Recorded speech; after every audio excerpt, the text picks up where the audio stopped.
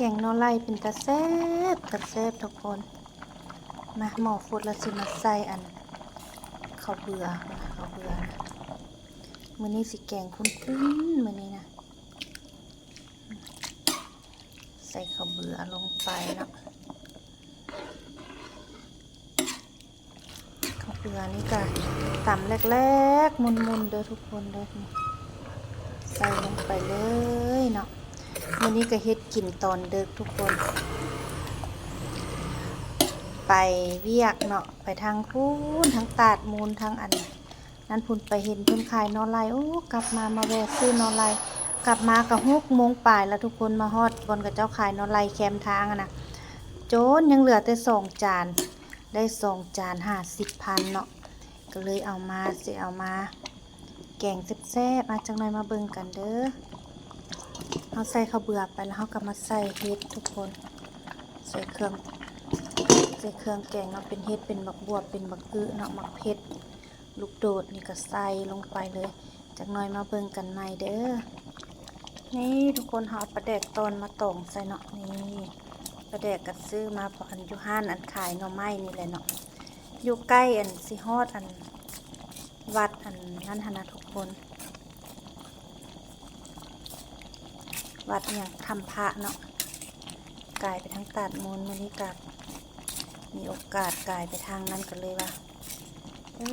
กลับเมื่อซื้อหน่อไม้เมื่อแกงเกือบบ่ทันทุกคนเหลือแต่2จานหน่อไม้กับผู้ใดมากคือกันเนี่ยเนาะใส่กะปิไปนำเนาะ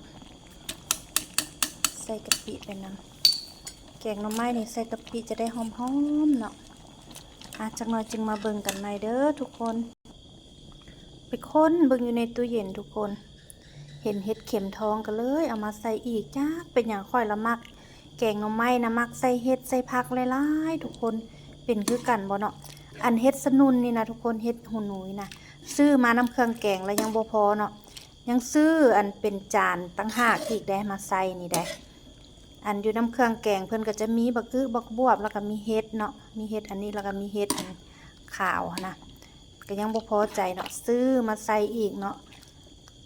บัดละพอดีบังเอิญอยู่ห้านเพิ่นหันมันมดเนาะคันบ่มดก็สิซื้อเฮ็ดอันมาใส่หลายๆเนาะยังหน่อไม้นี่แต่2พระธาตุแล้วก็ยังแต่อันเครื่องแกงนี่2พระธาตุทุกคนโอ้ยแล้วก็ยังเฮ็ดหุ่นหนูพระธาตุนึงก็เลยเอาซะจังหน่อยจึงมาเบิ่งกันใหม่เด้อมาทุกคนบัดนี้ก็สุกแล้วเนาะเฮาสิมาตักออกให้ลูกเคยบ่กินผักขะแยงเนาะต้องแบ่งออกให้เพิ่น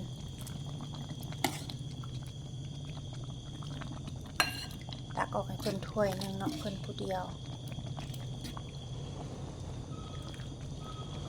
กินแต่ผักคะเนาะลูกเคยอยู่บ้านนี่นะเพิ่นบ่กินแกงหน่อไม้ใส่ผักขะแยงนะแกงหน่อไม้นี่ในงบมื้อนี้นะถึกทุกคนหม้อบักใหญ่นี่งบ100,000 กีบแกงหน่อไม้หม้อบักใหญ่งบ100,000 กีบเนาะนี่เฮาสิมาใส่ผักขะแยงทุกคนอันผักขะแยงซ้ำๆนี่บ่แม่นเน่าเด้อทุกคนเอาใส่ตู้เย็นแล้วเพิ่นซ้ำเนาะแล้วตัวเขียวๆนี่แม่นตัวซื้อมามื้อนี้เนาะนี่ตัวเขียวๆตัวซื้อมามื้อนี้มาใส่โอ้ยทุกคนเอ้ยพอแต่ทิ่มผักขะแยงลงนะทุกคนเอ้ยหอมห่วย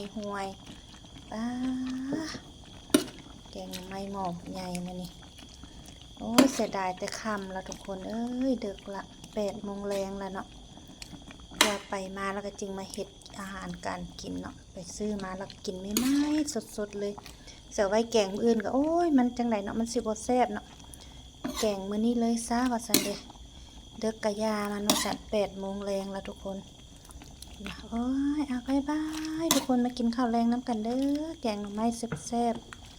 ๆโอ้ยหอมเด้ทุกคนบ๊ายบาย